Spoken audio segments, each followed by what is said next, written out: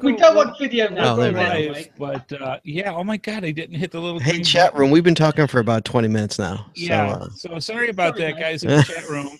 If you want to hear the first 20 minutes of our, if you're listening to the podcast, you'll get the whole thing, but you get the second half of the show on video now. So yeah, go ahead. I just told my explanation. Everybody anyway, in the chat room, I just told 18, Andy that. Hey, we're not live, Andy, by the way. Wow, so what we're doing here? Wait, we got to catch everybody up. So what we're doing is up on the video. We've just read a letter about how Sarah's accent is just atrocious and it's just all over the place.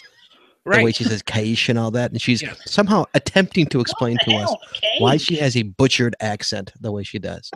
Yes. Well, when I was everybody's caught up. To add to the Northeastern first 18 years, I then went to university in Nottingham and added a lot of East and stayed there for about 15 years and added a lot of East Midlands sort of as an overlay, so it's a mix. Mm-hmm. And a few years, and then in August 2000, I moved over to New Zealand. And I don't think I've added too much New Zealand to it. If you want a New Zealand accent, listen to what? God, the name's just gone. Well, Hugh Jackman's probably close enough for that. For Americans, I think that's about as close as we can get. You want to fight? Not Russell Crowe. He's an Aussie. Oh, okay. Russell Crowe, you're right. Oh, Russell Crowe. Only Russell Croweing it. Sorry. They were fighting. Yeah. So, but you probably picked up the term cash. So where's cash come from? Down in New Zealand, right? And that's how I know Australians pronounce cash, but I assume New Zealanders would pronounce it that way as well. I have Australian friends, and they don't say cash. You have Aussie friends? I do. Yes. Yes. I have English friends. I have Aussie friends. So Aussie engineers pronounce the term cash. So yeah, if she says cash. I say cash, as in money. I'm just gonna start calling it cash. Sarah, you say cash, and I'll say cash. Yeah, we'll try people. Tomato, tomato, potato, potato. There you go. Let's call the whole thing off. No, that's no, that's the DNF. So we want to thank, so that we can start the international thing from Stuk. That CK. Yes. CUK. Yes. So anyway, Stuck UK is what now everybody's got a little bit who's listened to the podcast anyways, has now got a better understanding where Sarah has come from and why she speaks so funny. So that's good.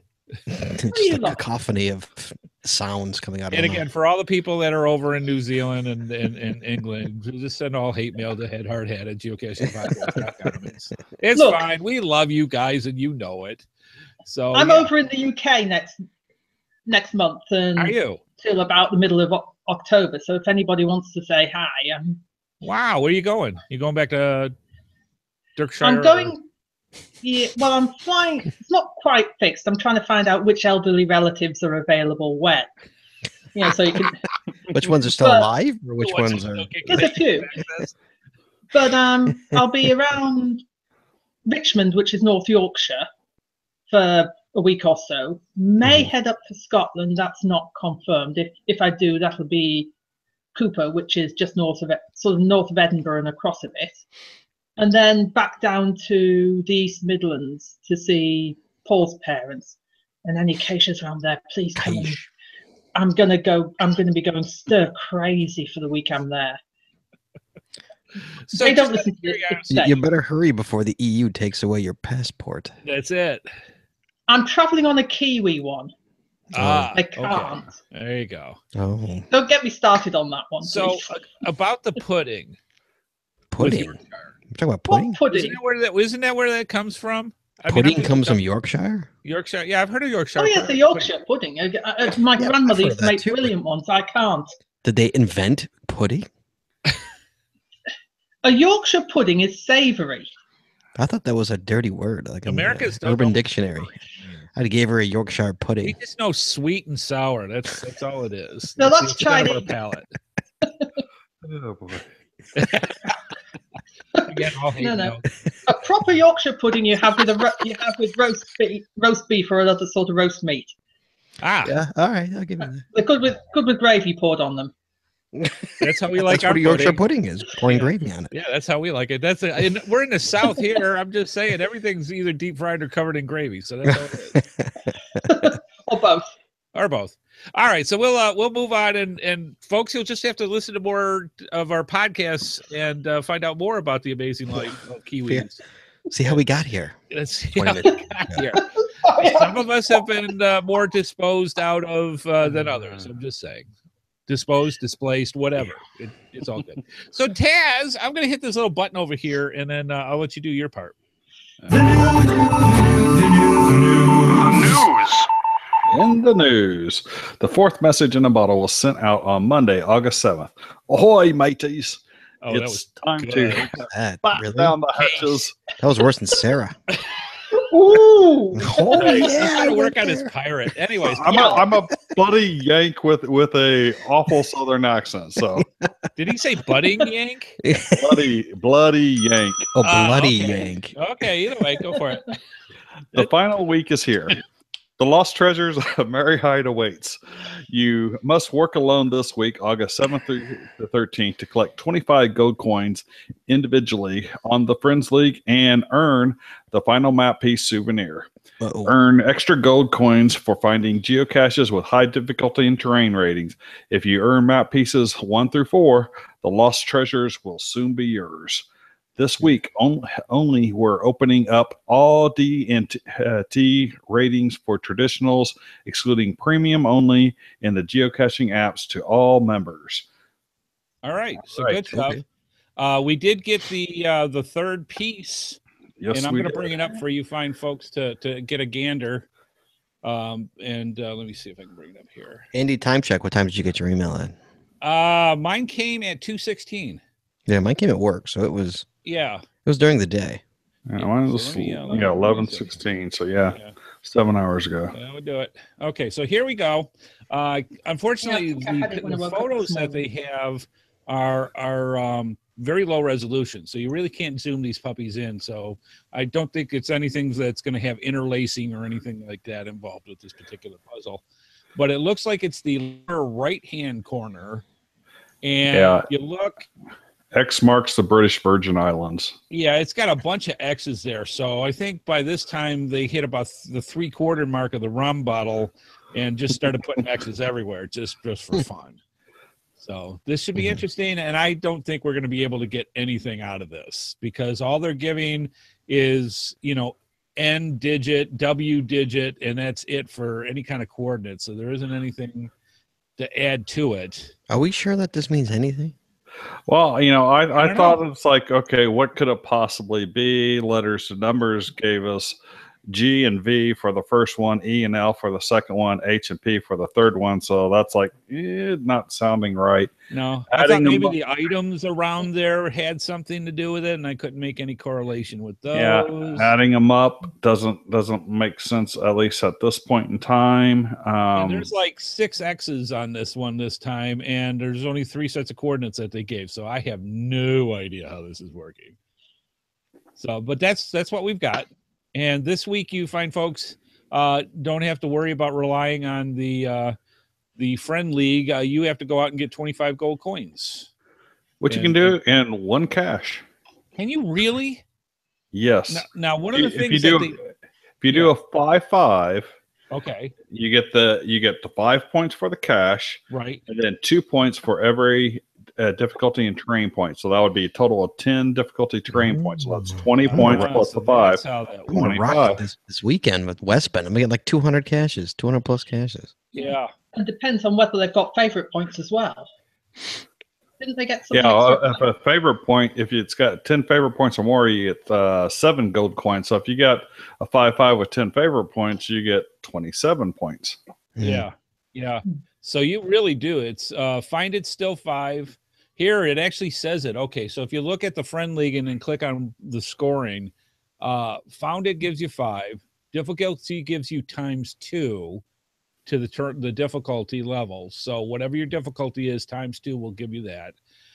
Terrain will also give you ×2, whatever the terrain is. Found a geocache with 10 or more favorite points give you 7. They go over again and say difficulty in terrain times 2. I don't know why they did that. Attend any event, you get 15. Oh, just like, right there. There you go, man. Yeah. You got you're going to be checking them in there. I'm glad you're on my friend league, even though it doesn't matter. I cranked it last week. Last time I checked it, I was like 400. And that's like last time I checked last week. Retrieve a trackable. I was friending up the ass last week. I was the friend to have. Thank you. I was the friend to have. Yeah, that's it. Retrieve a trackable still gets you 3, and drop off a trackable gets you 4. So, for those ones that we saw that were just drop a trackable, pick a trackable, drop a trackable. Yeah. You're one, we know who you are now. Cheaters. I'm just saying. And then 2, you still only get so many points. So the higher the difficulty, the higher the terrain, the more geocoins that you get, or gold coins you get when you do this. So basically, you have to get at the most 5 caches. Yeah, it gets you 25 at the gold most. Coins. Yeah. And just go out and do that. Yeah, but those are 1.5, and you might as well. I mean, you're gonna get more than 5 of those anyway. 4 caches. 4. Yeah. You're gonna get more of those anyway. Because you're gonna get 9 points. Hang on. 5 plus. See, the quickest way to stop a geocacher is give them a math question. 9 points. 9 points for a cache is the minimum that you're gonna get. Yeah. So. All right. So go out and get those higher difficulty. You need 3 caches. You need 3 1.5. 3 park and grabs will get you. Yeah. Yes. So piece of cake. Come on. Get out there, have some fun. Even Taz can do that. Even I might manage it this week. I almost did that today. Wow. Well, see, there you go. Not that you're boasting. All right, let's move on. We've got the today. Matter of fact, the reason why, and I want to thank Sarah for coming up with the concept for this, because this is based mostly on difficulty in terrain. We thought it'd be a good idea to talk about geocaching difficulty in terrains for people so that they understand what it means. Not only is it going to help you with this week's challenge, it's just a good idea to know these things, because when you are either looking for a geocache, having that kind of a heads up definitely is a plus when it comes to geocaching, and also when you're hiding a geocache. Knowing this is definitely a plus. So if you don't want to get hate mail, just like I do, know this stuff. Well, really quick, let's start with the basics. What's the order? So someone says, "Hey, it's a 2-5." Right. What is that? Explain to them what a 2-5 is. Well, difficulty first, terrain second. D. Right. Yeah. So the main thing that you want to understand about difficulty is it's the difficulty of getting the log out of the geocache. Difficulty, or I should say, it's a combination. That's a puzzles thing. That's I was going to say puzzle.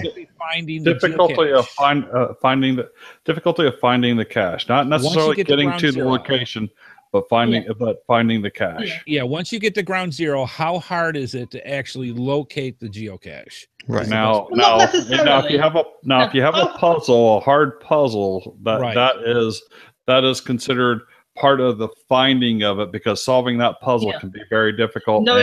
Knowing where to go. Right. I mean, I always look at caches and think that, yes, I know that's the way I say it, and think about it the other way around. Terrain's fairly obvious. Yes. It's how difficult is it to actually physically get to whatever location you need to be at. Mm-hmm. Right. If you can just stroll up to it's a lower difficulty. If you got to worry about alligators, snakes, and pits to fall into, then it has a higher terrain. Terrain rating's a little higher, yeah. Yeah. So that's difficulty is how difficulty is. If it's a puzzle, it's how easy is it to solve that puzzle, to work out where you actually need to get to. Or if it's a traditional, how difficult is it to actually physically spot it when you're standing there? Yeah, and you have to understand with puzzle caches, sometimes the puzzle cache is right there, and that's not the hard part. The hard part's getting the log out of the geocache. Well, yeah, of course. But usually, what I've learned in my many years of geocaching is that if the puzzle is a hard puzzle, they will say like, "Hey, difficulty is for the puzzle, not the hide." Right. Yes. You'll see that a lot. Yeah, you'll see that a lot in the description. You'll also see that with challenge caches as well. Yeah, very much so. The difficulty rating is how hard is it to qualify to sign that log, rather than how hard is it to spot it when you're standing by it. Right. And for those of you who have put out challenge caches to log 10 5.5s, and you don't make that a 5.5, shame on you. Which we'll get into. Yeah, there's a lot of do's and don'ts when it comes to difficulty and terrain. The main thing that you want to keep in mind is difficulty and terrain ratings have what they call a 5-star scale. So, and those are broken up by halves. So there's a 1, which is the easiest. There's a 1.5, which is a little harder. There's a 2, and then it goes all the way up to 5 as being the most difficult. Same thing with terrain.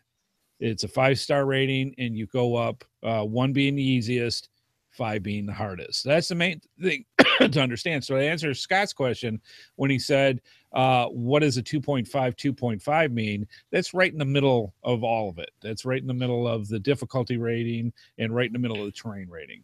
Mm-hmm. And I will say that those will vary based upon the geography of your location. Yes, your location of where you live, where the cache in general is. If you're in the mountainous areas, something that a Houstonian would say, hey, that thing's like a 4, might be a 2.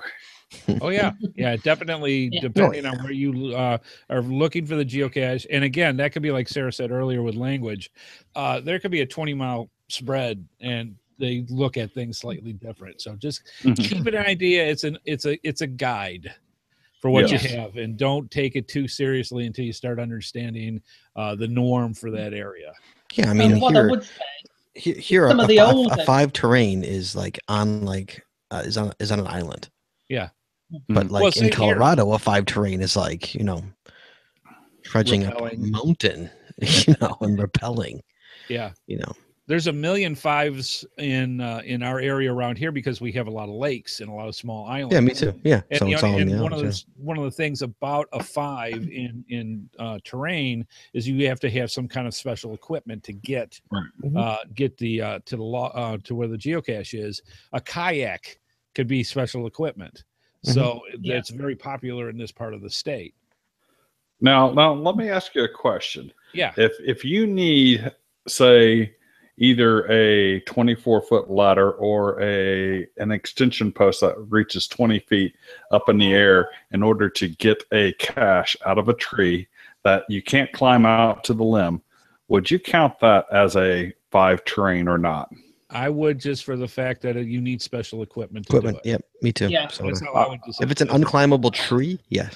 I agree with that, but my compadres around here, it's so common around here to do that most people put that as say 2.5, 3. How do they get to it though? So pissed. How do they get to it? Do they shimmy? I mean, is it? No, you need a pole. I quite literally bought a 24-foot golf ball retriever. There you go. Specifically, that's extendable so that I can get these caches. Yeah. You can get an extend ladder too. The kind of ladders are like this big, but they extend, like this big, but they extend to like, 15 feet. Yeah. And since most people have figured that out here, it's become so commonplace that people have that in their car. And so, just whip that sucker out and extend, and boom, you're there. And no, don't go there. Just saying. Yeah, that's how the grid's going. Most geocachers are used to whipping it out. I'm just saying. Yeah, for a number of years up here, they were like high tree placement was like becoming like the norm. It's died down now. It doesn't, but like for a while, it was like every single hide was a climb. Well, we had a lot of those in Texas and stuff, but you literally had to climb the trees. Here you don't have to climb the tree. You just have if they say a tool of the trade on there, darn well you better bring your little extender to get that out of the tree. Well, here we've got so many pine trees. What they end up doing is taking an 8-10 foot pine tree and bending it, and then tying the geocache to the top and going that way. And you can have your own creative way of getting your recovery with it. But yeah, if you can't climb it to get to it, yes, then that's it's a 5 as far as I'm concerned with that. Yeah. Yeah. Now, I'm just thinking of the 5s around me, and most of them are either require a boat or a kayak, or you then end up with there's a couple that would require ropes. But there's one thing I would say, there's 1 or 2 of the older caches that were that were placed before the rating sort of got agreed. Right. So some of the old, well, sort of 2000s, 2001-ish one, I tend to ignore their ratings because, well, they just put with whatever they felt the place felt like at the time. Rather Do you think it's changed that much over the years that people have gotten lax on it? Yeah, I see a ton of 1-1s and 1.5, 1.5. So that should be, a 3, 2.5 or something like that. They're automatically doing the lighter to it. They're saying it's easier than it should be. Yeah, I don't. Well, vegetation grows. Yeah, I noticed that me and Jesse, we went out this weekend and we were doing this one trail, and it was, none of the caches were 1.5, 1.5, but they were all 1.5, 1.5. Right. And it's very frustrating because, like, you're like, oh, you're like, you have to, literally bushwhack 75 feet into like unbushwhackable like trees, and you're like, this is not a 1.5. Like you're cutting yourself, and it's very frustrating. But that's just, I think. I didn't look at the data on those, but a lot of times, like the older ones, the way they were made, it was just you didn't have to change the settings, so people usually left them. I see that a lot too. Now we actually had a situation when I first moved here, so this would be back around 2008 or so when I first started getting into geocaching. We had a 500-year drought here. And Falls Lake, which is the main drinking water lake for the entire area, turned into Falls Creek. And literally they had to they voluntarily changed the terrain ratings down for that because you could walk to them. You didn't need the boat. Whether people agree with that or not, I don't know. But I honestly remember them doing that, where the terrain for any of the lake ones, literally, you could just walk to it. Interesting stuff. Or if you get one placed by a very, very new cacher, who's only found 20 or 30, they'll vastly overstate the terrain or difficulty rating because they've not. All right, guys, keep talking. I'm running. Keep talking. I'm running for an FTF. Oh, really? I'll beat you in the car. Yeah. Bring it along. I'll be back. All right. You'll be the second person to do it if you get it. Bye. All right. So Mr. for me. Yeah. And he's gonna. I know. Yep. Scott's going off for a first to find.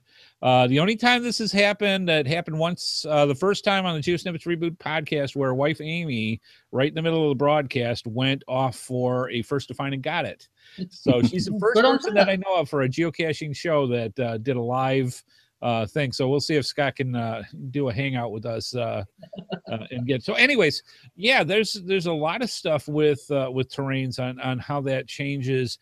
The part that I find interesting is also and this deals more with the size of the geocache, but it kind of falls under the same,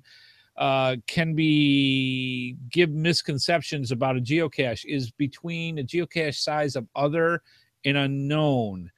Because a lot of times if somebody tells me, all right, I'm going for a geocache that's a 2222, that gives me a set idea of what that means, of what I'm going to have to be prepared for to get a geocache. Yeah. When you have a size of other or unknown, that's completely, you have no idea. It could be anything. Or not chosen, I should say. Yeah. That could be anything, and that makes it, to me, even more difficult looking for a geocache because you have certain perceived ideas of what the geocache is. Yep. When terrains in that are off, that also will throw things.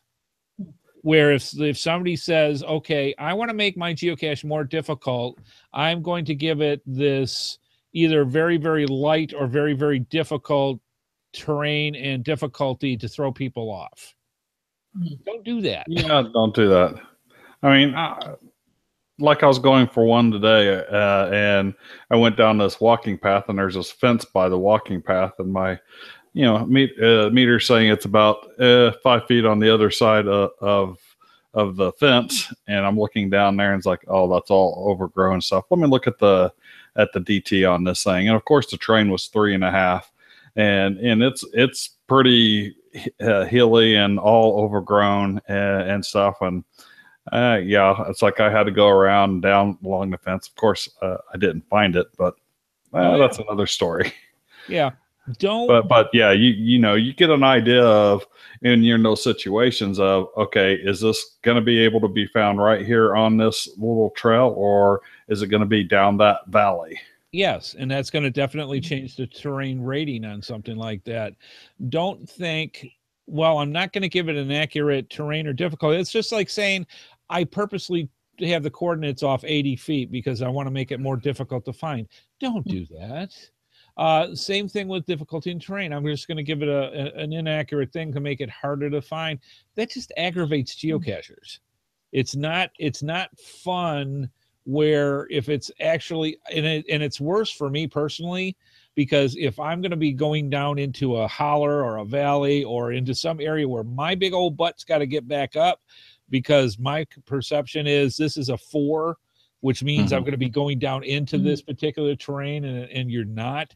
Oh, not good. Don't do that. It's that similar thing. If there are hazards nearby, or please stick it in the cache in the page. Things like there's this bit's safe, but there is a cliff nearby. Yes. Just that sort of thing is just good to know for people. I mean, my kids are teenagers now or beyond, but there were caches I wouldn't go to when they were 3 or I wouldn't have gone to when they were 3 or 4 that I'd quite happily go to them with at 13. So yeah. Yeah, I'm looking at the one that I DNF'd, and it's like it's got the thorns icon, it's got the no not stroller accessible, Yeah. So some good attributes on there. Yeah, and another thing that you want to also keep in mind for the terrain ratings, if the understanding of what wheelchair accessible means. So basically, if you give a terrain rating of 1. That means that a person in a wheelchair can wheel itself. It's an asphalt or a concrete surface, not gravel, not sand, not dirt. That is not a 1. Concrete and asphalt, hard surface. The person can wheelchair up to the geocache and able to retrieve it without getting out of the chair is basically what you want to go for that. Yes. A lot of times people give the wrong ratings, and wheelchair people look for that 1 rating just for that reason. Exactly. Because nobody wants to get partially there and then realize that, okay, I've got 4 inches of sand that's now in front of me to get to the geocache at the last part of it. And that's not a step.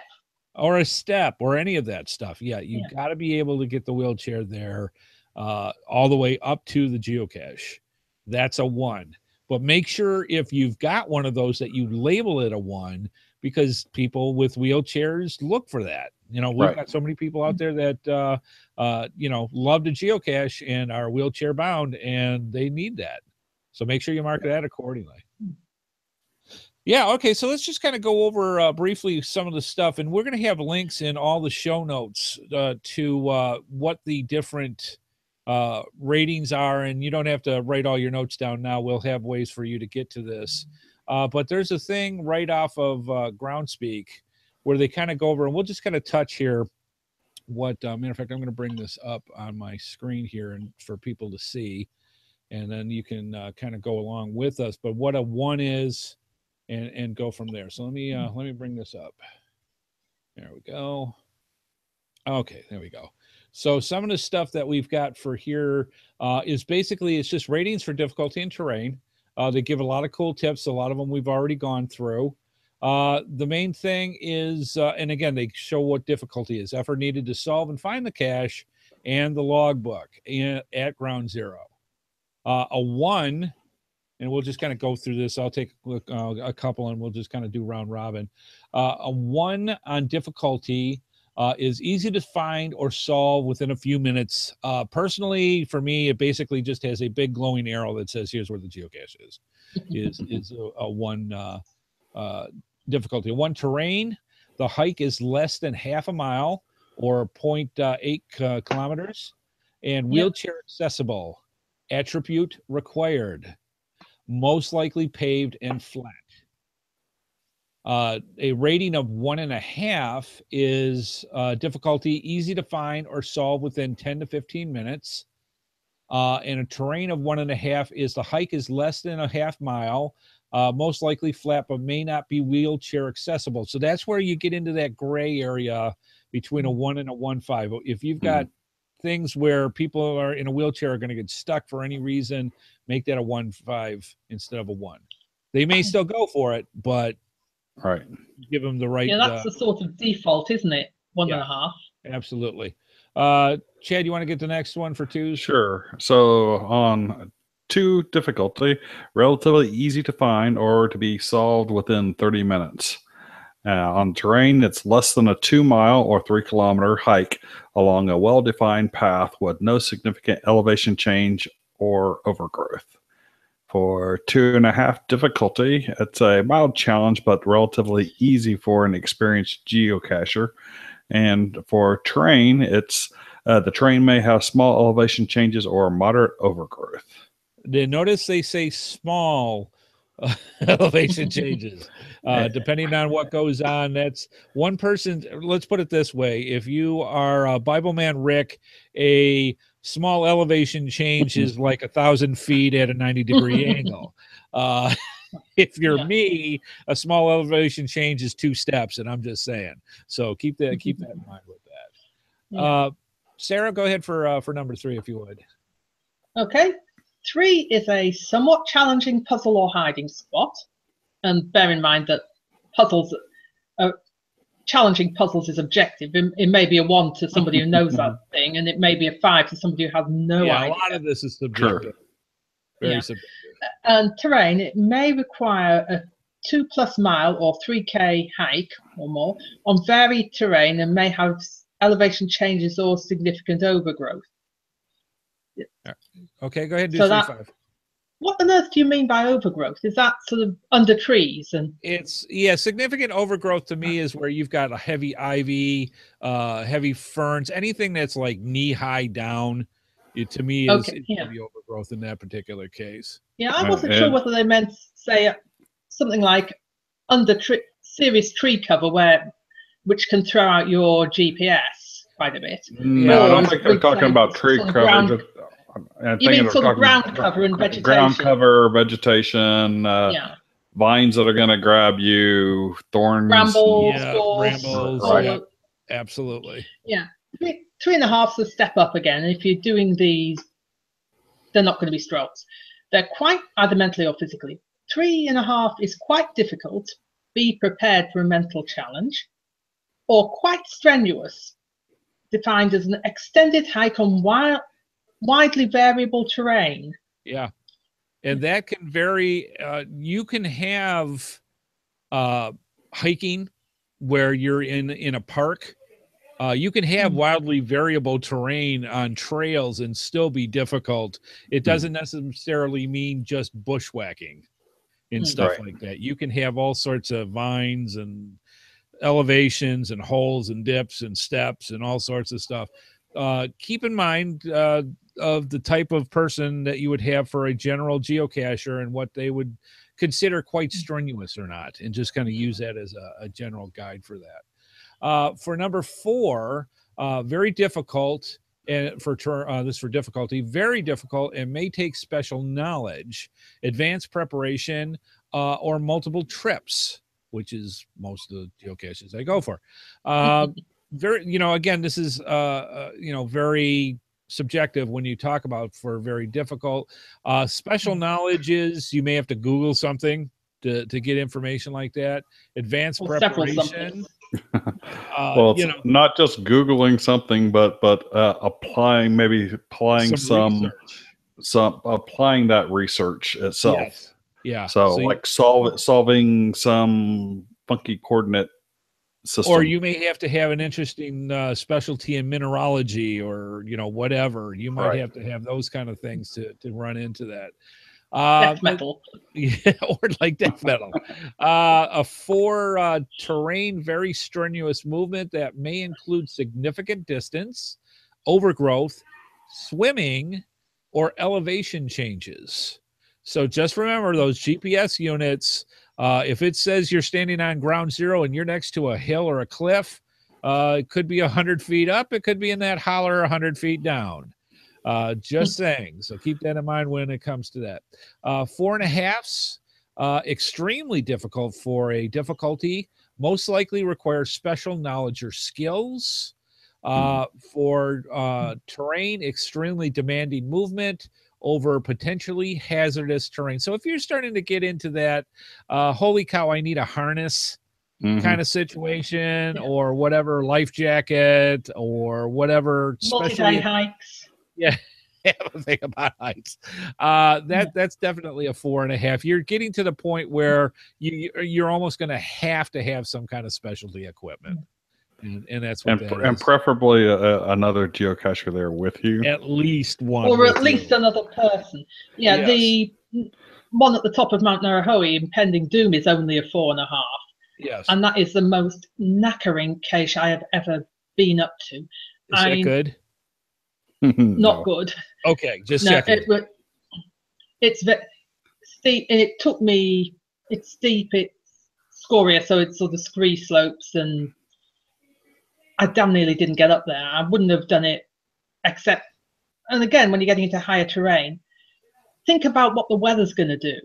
There's ones that I do in dry weather, but if there's rain threatening or high winds, if I look out the window, I can see the skyline, which is a ridge across the valley. And on a calm day, I'm up there, no problems. But most other days, no, wouldn't go up there if it's windy, wouldn't go up there if it's wet. Well, one of the things that you were talking about last week was slides and stuff. I mean, you got to really know where you're going and what the conditions are. If you're like Chad, where he went to Brazil, I'm sure there's all sorts of things that you had to understand before you actually jump into that. So when you're up in the 4.5, 4 mark or higher, you need to know what you're getting into with these kind of geocaches. Not necessarily on the difficulty part, but on the terrain part, you need to know what you're doing and what you're getting yourself into. And above all, know your limitations. If you're into something and it's like, oh, heck no, don't do it. Yeah, I've turned around and said, I'm not doing this solo. So I'm willing to do this, but I'm not doing this solo, because if I fall, I'm gonna injure myself to a point that I'm not gonna be able to get up, and I need someone to call the ambulance. Yeah, I'm like that. I have a very healthy respect for my own skin. There's plenty of it, and I respect it. That's it. And a lot of times for me, I'll go looking for a geocache and stumble on a high terrain area and realize I'm just not dressed for whatever this is. Yeah. And just not prepared for it. So that's how that goes. Chad, I'll let you go ahead and finish off number 5 there for 5 stars. Number 5 on difficulty, the most extreme, mentally challenging, requires special knowledge, skills, and significant effort to find and solve or open, and possibly nag that cache owner to death until they give you the answer. Or find somebody else who solved it and then talk very nicely to them. Please. And most COs are very nice about their puzzles. They want them to be solved, and they will give you little hints and help you along the way. So on 5 terrain, require special equipment such as a scuba gear, a boat, rock climbing gear, etc. Excellent. All right. We got a break in here from Mr. Scott Berks. How we doing, Scott? Out in the field, wandering around. He's our roving reporter. Can you hear us? Yeah, can you hear me? I can hear you. Where are we at? He doesn't want to say. He's not found it yet. Going for it. All right. Yeah. Oh well. So are you actually how far from We actually just finished up on the whole 5-5-star what each level is, so we're all set for you. I'm just looking forward to him live streaming the encounter with the LEO. So how far are you from the geocache? So we are here. We are looking. We're walking to it. Just all right. I can barely hear you guys. That's all right. Keep going. Wrong? We're listening. We're just trying not to laugh. On the other side. What do you mean? Somebody's behind you. Hold on. I gotta run to the other side, guys. Hold on. Oh no. For those of you listening to the audio, we can see the grainy pictures of a man in glasses. I can barely hear you guys. So we're just waiting to see what's going to happen. Can you hear me okay? So pissed off. We can hear you fine. Okay, I'm walking to it. Hold on. All right, so tell us your terrain. What are you walking in? I got it. Hold on. Here, guys. Here you go, guys. I've got it in my hand. All right, so geocache in my hand. All right, so we got to see now. Scott left. It up. Drum roll, please. Drum roll is clean. There we go. Opening it up. It is a blank log. Yeah. No, it's not. No, it is. All right. It's a blank log, ladies and gentlemen. All right. There it is. Now, Scott is the second person ever to do a live broadcast. Oh, not 10. Yeah, so. Yeah. Yes, give it a pen. Yep. Yeah, so Scott is the second person on both of our podcasts to ever go out on a live first to find and actually get it. On a geocaching podcast, and he's recording right now. That's right. So Scott's the first one on the geocaching podcast to actually go out. You got the first to find. Right there. Where are you from? We're from here. We're from right here. And where are you from? Hello. Are you? What are you doing here? Visiting? We are here on holiday. I got people here on holiday from the Czech Republic. Wow, tell them hello. Hello. Tell them there's somebody listening to them from New Zealand. Yeah. Wow. Well done, guys. Are we Today only? Yeah. From Prague, Frankfurt, and Chicago. Wow. Insane. Wow. And I got to I would have let you have it if you had known that. Jesus. Oh, okay. So the people I'm with are from the Czech Republic, and they're here on holiday for the day. How soon did you beat them out, Scott? What'd you say? How soon did you beat them out? Were they like getting to the same they're spot? Here with us. They're co-FTFing it. Oh, okay. There you go. Good stuff. Yeah, they got it too. They were here the same time we were. Absolutely. But if we didn't drive quick, if we didn't make all the greens, they would have beat us. So that's 103, guys. 103 months in a row right there. There it is. You got August. There you go, boys. All right, so early in the month too. So and got to meet some fine geocachers from the Czech. That's awesome. Yeah, geocachers from the Czech Republic. How about that? How crazy Way is to that? go, Scott. All right. Nice to meet you. All right, boys. That's excellent. I'm gonna go. All right, man. Thank you. Because I don't think I'll be back in time. It's over. But there you go. FTF live on the air right there. Okay, good to hear from you. With cachers from the Czech Republic. All right. All right, guys. Hello. Bye. Be good. We'll talk soon. Bye.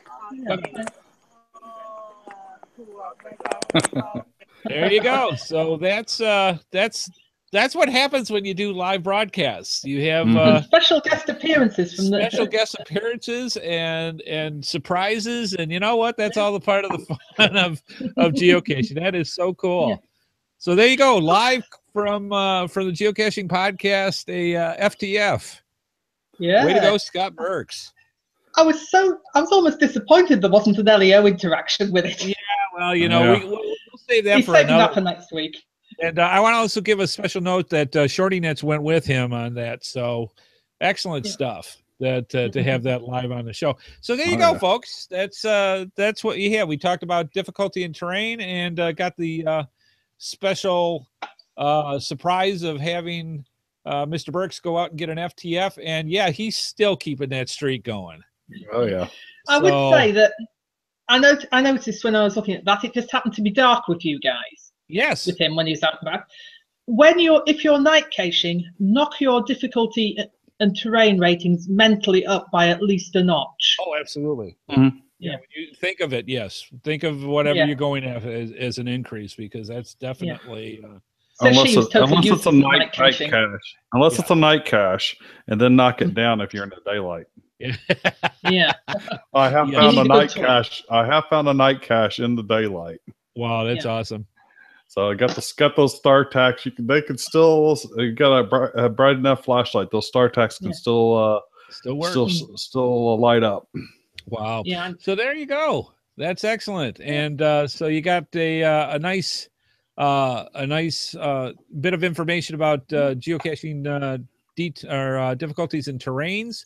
We're also going to have if you're still confused and you still don't know what to do, we do have a link in our show notes that goes to the Clay Jar Networks. Clay Jar is a geocacher where basically all you have to do is go to the page and answer a bunch of questions, and it'll give you a rough based on what your selections are and to what the terrain and difficulty should be.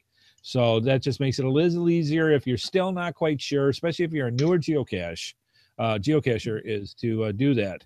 The only other note that I want to really bring up for new geocachers as well is make sure that you at least change your rating to what you think it should be. There's many times a new type of situation where they'll put it as a 1-1 because they forgot to change and put in the details about terrain and that's Scott going back. Hello. Hey, Hello, guys. boys. Hello. Okay. Hello. It's not the hello, officer. How are you doing? Are we still on the air? Yeah, we're gonna finish up right now. We are. Okay. Yeah. So we got the FDF. Sorry, it was crazy. I'll turn some light. That's right. So we got the FDF, and the people who we were running with to air quote beat out. Turns out we wound up sharing it anyway. But they were from the Czech Republic in Chicago for a day. Oh, jeez. They just got into town today. They just got into town today. Yeah. Wow. From the Czech Republic. And It must be and hardcore when- to have the alerts set up. Yeah, I wonder what they were thinking. I don't know. That's awesome. But, yeah, so that's who we got the FTF with a family from the Czech Republic.